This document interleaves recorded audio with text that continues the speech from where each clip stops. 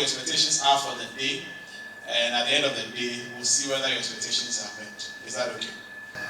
It is very important I harness this so I could widen my scope on the concept of leadership and meet my expectations. Thank you. I will be loaded for a better Ghana and self-development. Beautiful. Yeah, I'm only here to learn more about the leadership skills and the qualities, because in the integrity parts of the leadership.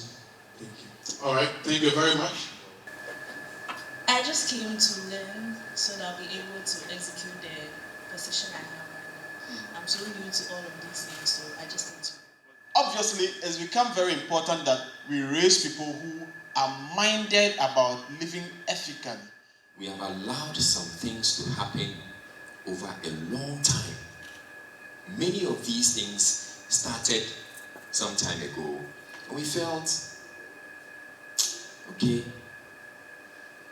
And it's also because we don't have anybody enforcing it. If you look at ethics in the developed world and compare it to what happens here, over there, the people are typically ethical. They say, don't drop rubbish here. I mean, without it, it's like you've been brought up to understand that you don't litter anywhere. Here, you have not been brought up to understand that you don't litter anywhere. If you have rubbish in your hand, at any point in time, wherever you are, you drop it. Isn't that what we all do? That is normal to us. So, the developed world will people are typically ethical. While in the developing world, people are largely unethical. People are corrupt. The understanding is going to be, even though it probably will cost 8 cents per kilowatt hour, then they come to an understanding that make it 10 cents, I'll pass it. So they make it 10 cents, but they make it 10 cents a kilowatt hour instead of 8 cents. Then the 2 cents is going to go to somebody. Then 10 cents. They will sell, if they sell it at 10 cents, they also have to sell it to us in our homes. And we may end up having to buy it for 12 cents. Sometimes you probably may not even get the benefits there all your life. It is your children who will benefit. So they say, oh, are you Israelites? Is Israelite your father? I say, yeah. Oh, wow. And then it opens the door for you. So I urge you to make a name for yourself and let others also benefit from it. The larger society stands to benefit, and I'm sure God will bless you for that. Amen? Amen. That's the end of my sermon.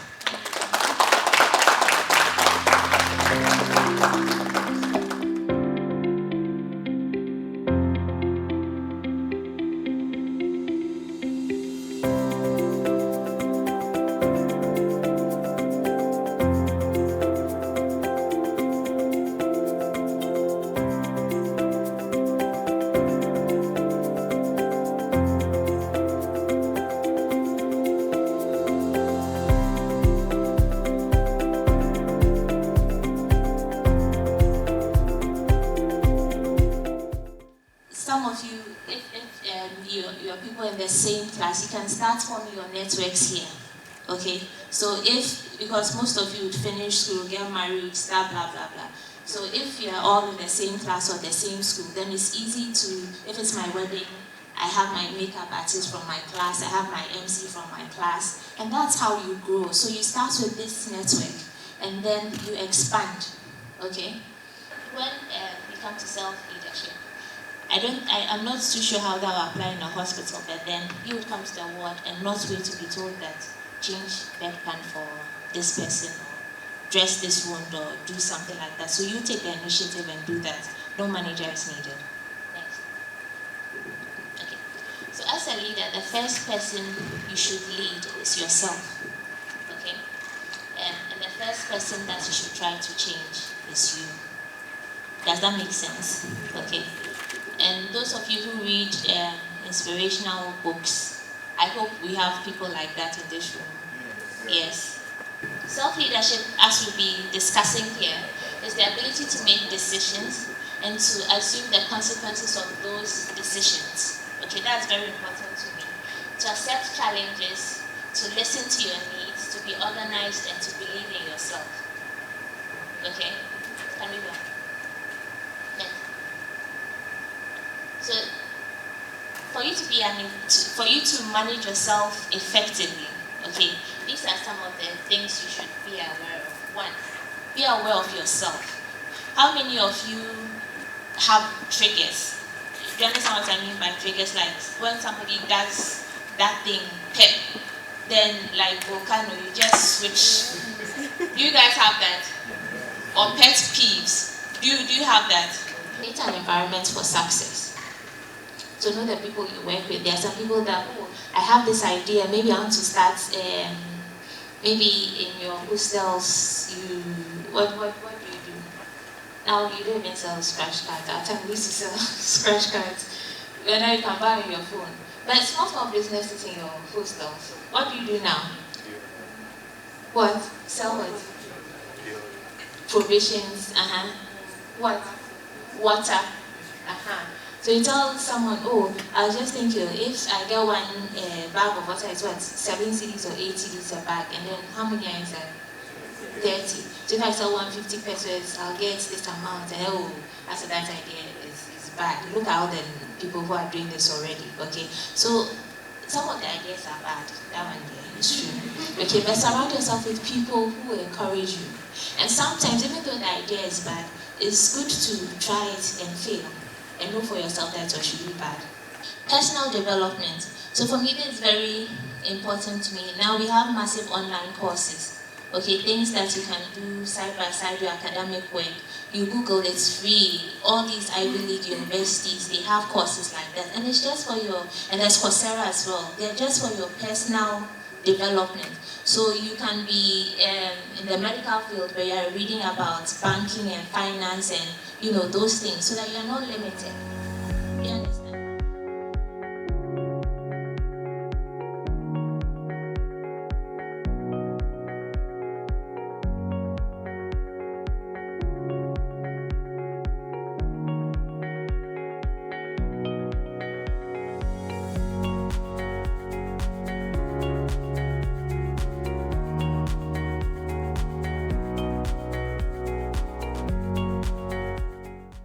That we do in accounting is when we want to measure progress, we have what we call the intra-fair, which is within the organization, comparing the past and the current performance, to interfere, comparing the performance of the organization to that of others.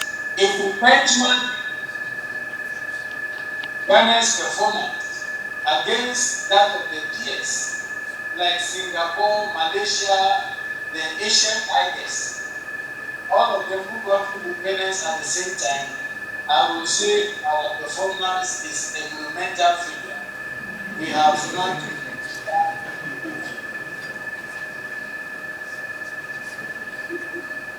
Political resources plans that are supposed to be used in building the country are set to become the source of stealing and greed. We see a huge amount of money happening here. As a leader, you must respect other people. Not only respect them, respect their views. You must accept divergent opinion and opposing views. We can all not think the same way. Even when we are twins or identical twins, we don't think the same way. So you don't expect that your position should necessarily be my position. So as a leader, you must be respectful of other people's opinion and position and be tolerant of it.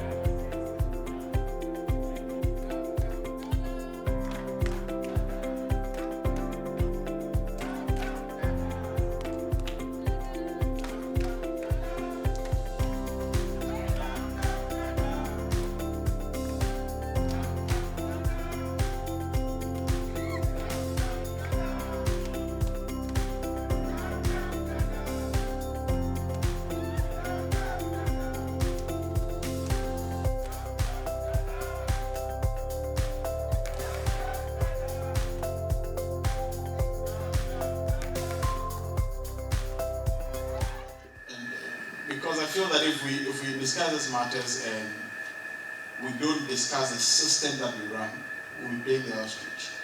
In as much as you need a leader to take you to follow a vision or push you this, it's from the people. So if we at work, we are taking things, we are inflating prices, we are, and all those things we do, okay? We ourselves are not ethical people. Be self-sufficient and be content in yourself. So bring down your cost of living significantly and try as much as possible to earn as much as you can legitimately. In somewhere in between, you find self-contentment. Whether somebody is driving a Land Cruiser or living in a 10-room mansion, you can't be bothered. How many rooms can you sleep in a night? Okay? So that's the way you should. So you should find contentment first. Because if you don't have that, then you'll be greedy.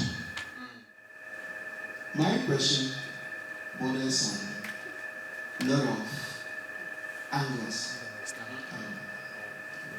Mr. Lai, you spoke about us trying to be content with what we have. You sound just like an ad. Yes. That old school teacher who always advised you to be content. But the current economic situations and the economic hardship coupled with the unemployment you have in Ghana will not allow you to be content with what you have. We are students, and I'm very sure majority of us pay our own school fees. We still have side works that we do as you advise. Personally, I'm with Out of Lions as a PR. I'm with the Regional Football Association as a PR, and also with the GBC.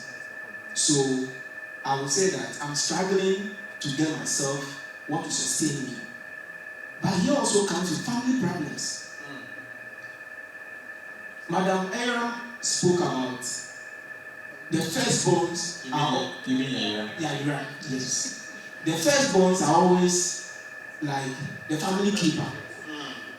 And with all these problems, here comes an opportunity where you can change your story. Exactly. You've been offered an opportunity where you can pocket something for something good to happen to you. And we are being advised to be ethical. So you're already to answer my question. How do you stay ethical in the face of the challenges? Exactly. We all have in us the capacity to change our lives. Do you believe that? You may underestimate yourself, but the same amount of brain power that you have is the same amount of brain power that Mark Zuckerberg has. Okay? Yes, he may be in a situation where there are a lot more opportunities available to him. But you also have opportunities available to you in your environment. What do we really mean by ethics? Can't our leaders use different means and at the end of the day get the ends that we are looking for? Should it always be that they are straight-laced and they are following a strict regimen? Reason better or more what to do. And we always sit and do the whole middle class thing, oh, media, it doesn't affect me, so I'm just somewhere vibing. Then we'll just stay at a standstill. So we owe it ourselves to actually ensure that those things are done. We can talk fancy and be intellectual and all of that. If you don't apply it, where we are is where we're meant to be. Okay. What do you do, okay, if you are in the midst of directors, okay, and most of them are corrupt, but not you, and you leave the position, then others don't get the position? Leadership starts with self. You don't have to necessarily get a leadership position, then you are looking for people to lead. No, you have to start leading yourself. You have to exercise those kind of discipline over your own choices. So we saw it as a great opportunity to bring student leaders together. Because you are like influencers on your campus. Even though we cannot do the entire campus, if you are here, you become like influencers on your campus or ambassadors of African Ethics Institute on your campus. So the message we are talking about here can trickle down to the masses. I just want to say thank you all. This is the maiden edition of our leadership and ethics seminar. And I believe Israel has been a success. Little by little, let's keep the ethics going. We'll make a stamp somewhere. We'll leave a mark someday.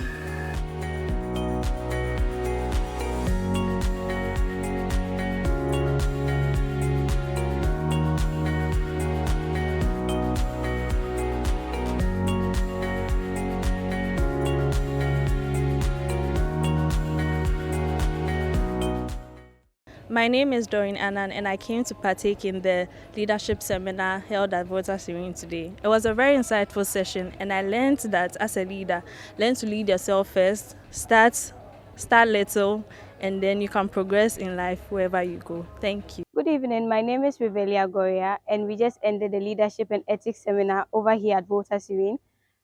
There's just one word that I would like to use to describe everything that happened. Insightful. I was so impacted by everything that happened here. Ethics is a matter of importance that we all need to take very seriously. And unfortunately, in the part of the world where we find ourselves, it's not something that parents sit their children down to actually talk about. It's not something that is really talked about in schools. So having this opportunity to come here and hear from the experts, people from diverse fields, from journalism, from government, and even from the health sector, I'm actually very happy to have participated in this. Yeah. My name is Togo Kluje the fourth, Apetofia of Bankwe. We've just ended the leadership and ethics seminar. I believe whatever we've learned here is an impactful one, and it's a trademark for the future generation to live ethically in our diverse ways of life. So, hello, my name is Mausi Sefabna, and I'm a student of the University of Health and Allied Sciences. Although we just ended the leadership and ethics seminar, these are values that I learned and will never leave me. What it has done is to remind me of the core values that I have learned and to uphold them even without compromising. My name is Afezi Nyankum Samson of Whole Nursing Training College.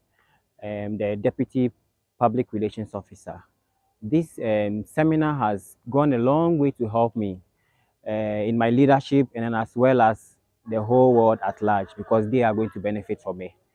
I've realized that ethics here is basically a set of virtues that guide our conscience, and then this seminar has given me the opportunity to know that most of the things that happen in a society that we think are normal are basically not normal because we lack the necessary ethics to judge these things. Hi, my name is Benjamin Aklama. I'm one of the directors at LifeMark Africa, and today we've partnered the Africa Ethics Institute to hold a seminar on ethical leadership here in Ho. The most poignant thing, or my takeaway for today, is the fact that leadership comes from within and not from without. So we need to start seeing ourselves, no matter where we are, as leaders. Let's not wait on anybody else to show ethical leadership somewhere and claim that they are bad leaders. How about us? Do you collect the refuse in front of your house? Do you clean behind your house? Those are ethical ways of living. Let's learn to live ethically first and then expect it of other people and many more. Thank you.